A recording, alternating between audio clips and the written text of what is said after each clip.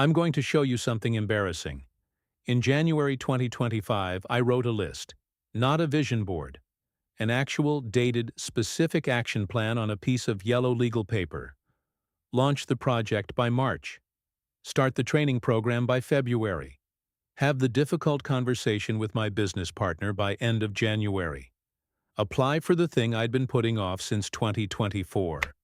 4 items. Clear timelines. I stuck that paper to my desk right next to my monitor, where I'd see it every morning while my coffee cooled. In December 2025, the list was still there. Same paper. Same ink. Not crossed off. Not modified. Untouched. 12 months of looking at a to-do list every morning and not doing a single thing on it. And here's the part that should unsettle you more than the failure. I was busy the entire year. I wasn't melting into my couch. I wasn't staring at the ceiling. I was working, making plans, organizing systems, restructuring workflows. I was the most productively useless person I have ever been. How do you lose an entire year without missing a single day of work? Because every single week, I had a perfectly reasonable explanation for why this week wasn't the week. And the explanation always started with the same 2 words. January. After I set up my new workflow, I'd switched project management tools over the holidays, and everything was half migrated. Made sense to get organized before launching. Strategic. February. After this client deadline passes. Major deliverable due February 20th. Starting something new while a deadline was breathing down my neck would split my focus. Responsible. March. After things settled down from Q1. January and February had been intense. I needed a reset week. Self-care. April. After I figure out the right approach. The project wasn't just about launching, it was about launching correctly. I needed to research. Be thorough. May arrived. I had a 47-page strategy document. 0 execution. 4 months. 4 reasons. Each one felt like a different decision from the inside. It wasn't until December, sitting at that same desk, coffee in the same mug, that I wrote all 12 months out. Every week, every excuse. Chronologically, they weren't different decisions. They were the same decision wearing a different costume every week. The precondition changed. The structure never did. I will do the thing. After this other thing. 52 times. And I never caught it. Because each individual after this was reasonable. It was only in the aggregate that the pattern became visible. I wasn't planning. I was running a deferral algorithm. And the algorithm's entire design is to feel like planning. 2 words. After this. The most productive sounding, strategic feeling, year-destroying phrase in the English language. Not, I can't. Not, I'm scared. Not, I don't want to. Those at least have the decency to be honest. After this is the lie that shows up in a blazer. And it's probably running inside your week right now. Here's why you've never caught it. When you say, I'll start after this project wraps, your brain doesn't register delay. It registers planning. And planning, just the act of organizing what you'll do later, lights up the same reward pathways as actually doing the thing. Your prefrontal cortex activates. You feel productive. Forward motion. Progress. Except it's not progress. It's a neurological bribe. Planning costs nothing. No risk of failing. No exposure to judgment. No vulnerability at all. Execution costs all of those things. So your brain reaches the same conclusion every week. Why execute now, with all that discomfort, when you can plan to execute later and collect the same reward today? That's the swap. After this isn't procrastination. Procrastination is absence. You're doing nothing and you know it. After this is replacement. You're doing all the verbs that surround the verb that matters. Organizing, preparing, strategizing. And your brain can't tell the difference. The week the algorithm became undeniable for me was August, a Tuesday. I was cleaning my desk, real cleaning, not reorganizing as avoidance, and found a post-it note stuck to the underside of a notebook. My handwriting. Dated February 12th. After Q1 deliverables, launch project, call David, sign up for program. On my laptop, open at that exact moment, was my current task list. Same 3 actions. Different preconditions. 6 months later. Untouched. I grabbed my phone and scrolled through my Notes app. January. Start after New Year energy settles into a routine. May. Start after I get back from the trip. July. Start after summer. Nobody starts things in summer. 3 more after this statements on top of the post-it. Same action, different costumes on the same algorithm. And you know the physical signature of this thing because you felt it hundreds of times. There's a specific relaxation that arrives the instant you decide to defer. A loosening in the chest, a softening in the shoulders, a micro exhale that's almost pleasurable. That release is the reward hitting. Your brain just traded execution for scheduling, and it's paying you for the trade. Here's the tell. The relief arrives before the reasoning. If the relief showed up before you'd actually thought it through, the algorithm wrote the reason. Not you. And the loop makes it worse over time. You identify an action. Brain generates a precondition. You plan around it. The planning feels productive. Precondition resolves. And then your brain generates a new one. Because the execution is still uncomfortable and the planning reward is still free. Loop resets. And resets. Each one feels novel from the inside. From the outside, looking at 52 weeks of data, they're the same operation with a different label. The algorithm doesn't resolve preconditions. It replaces them. And life will always provide something that sounds like a good reason to wait 1 more week. You need 3 things: a way to see every precondition currently active, a test that separates real delays from algorithmic ones, and an execution protocol that sidesteps the algorithm's strongest trick. Here's why the algorithm is invisible when each "after this" lives alone in your head. After the work deadline lives in your career compartment. After I get finances sorted lives in your money compartment. After things calm down with family lives in your relationships compartment. Each one, on its own, is perfectly reasonable. You're not going to argue with any individual precondition. The algorithm's camouflage is compartmentalization. It keeps every deferred decision in its own box, so you never see the full collection. The precondition audit breaks the boxes open, puts everything on the same page, and the page is where the algorithm dies. 15 minutes, blank sheet of paper. Not your Notes app, paper. Because writing by hand slows you down enough to actually think instead of organize. Pen, not pencil. You're not erasing anything. You need to see the mess. Write every significant action you've been deferring. Not errands. The real ones. That career move you keep circling. The health commitment you've restarted 3 times. A conversation you keep rehearsing in the shower but never actually having. Your creative project. The financial thing you know you need to deal with, everything with the word "after" attached to it, that's been sitting longer than 4 weeks. Next to each one, write the current precondition. The specific "after this" that's keeping it parked. Now, and this is the column that detonates the whole thing. Next to each precondition, answer honestly. When this is resolved, what will the next reason to wait probably be? Don't strategize. Be honest. Because you already know. You've already cycled through this. After Q2 becomes after I settle into Q3. After the move becomes after I'm unpacked. After I feel ready becomes after I feel more ready. You know the next precondition because the algorithm has already run this loop on you. You've just never written it down in a format that made the conveyor belt visible.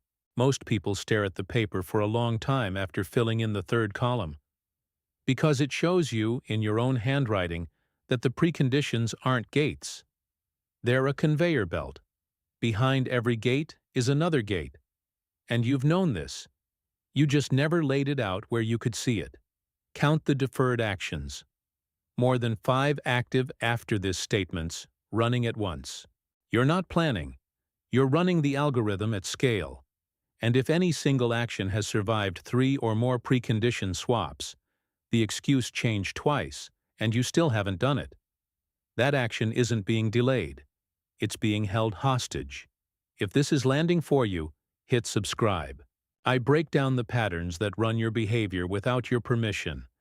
The stuff that sounds like common sense until you see the wiring underneath. Okay. So now you can see the network. But here's the problem. Not every after this is the algorithm. Sometimes waiting really is the right move. You literally don't have the hours, or the other person isn't available until next month. And the algorithm knows this. It uses legitimate delays as cover for fake ones. So when you challenge any individual after this, it can point to the real ones and whisper, "See, waiting is sometimes correct." From the inside, real preconditions and algorithmic ones feel identical. Both sound like the mature choice. You need a test that works from the outside. The same-day test. 1 question, 60 seconds. Binary result. Pick any deferred action from your audit. Look at the precondition. Now ask, if every precondition disappeared right now, magically, completely, instantly, would I start this today? Not tomorrow? Not Monday? Would I open the laptop, pick up the phone, walk into the room, and begin within the next 60 minutes? If your answer is yes, honest yes, no qualifiers, you'd do it today if the obstacle vanished. Then the precondition is real. It's actually in your way. Now check, does it have a fixed end date? After March 15th, when the deliverable ships, that's time-bound. Put March 16th in your calendar, with an alarm. If the date is vague, after things settle down, the precondition might be real, but the algorithm has latched onto it and erased the exit. Add a date yourself. Force a boundary on it. The algorithm can't survive a deadline it didn't generate. But if your answer is hesitation, if removing every obstacle produces, well, I'd also probably need to, or I'm not sure I'd be ready because, or there's also the question of, stop. Listen to what just happened. You removed every precondition. Your brain immediately built new ones. The precondition was never the obstacle. Execution was always the obstacle. After this was the bodyguard, standing between you and the discomfort, so you'd never have to look at it directly. And the causality runs backwards. You didn't defer because of the precondition. You generated the precondition because you needed to defer. Now that you see that, the precondition loses its authority. It's not a gate. It's a costume your avoidance put on. Right now, pick the deferred action that's been sitting the longest, the one that survived at least 2 precondition swaps. Run the test, and listen not to the first answer, but to the second one. The one that shows up when the first excuse gets stripped away and your brain scrambles for backup. That scramble is the diagnostic. Let me describe your Mondays. Sunday night. Planning energy. You write the list. Set the alarm 15 minutes earlier. Feel that clean, optimistic charge. The fresh start electricity of a symbolic new week. You're going to start, not prepare. Actually start. Monday morning. Alarm fires. And between the alarm and the action, the algorithm slides in. Let me review the plan first. 30 minutes. Let me clear my inbox so I can focus. 45 minutes. I'll start after this morning meeting. By noon, nothing started. By 3 p.m., Monday carries the weight of its own failure, and that failure generates next week's precondition. I'll start next Monday, but I'll prepare better over the weekend. Every collapsed Monday finances the next Mondays after this. The cycle is self-funding. Monday fails because Monday means something, and the algorithm feeds on meaning. A fresh start creates the demand that the start be worthy of its freshness. That demand is a precondition. Monday, January 1st. After my birthday. Every symbolic date generates pressure to start perfectly. And perfect beginnings need preparation. And preparation is the algorithm pretending to be your ally. The Tuesday Protocol. Not because Tuesday is special, because Tuesday isn't. That's the whole weapon. When you identify a deferred action through the audit or the same-day test, skip Monday. Skip the first of the month. Schedule it for the next available non-symbolic day. Tuesday at 2 p.m. Wednesday after lunch. A random Thursday. The more arbitrary, the better. And when the time arrives, begin with zero preparation. No plan review.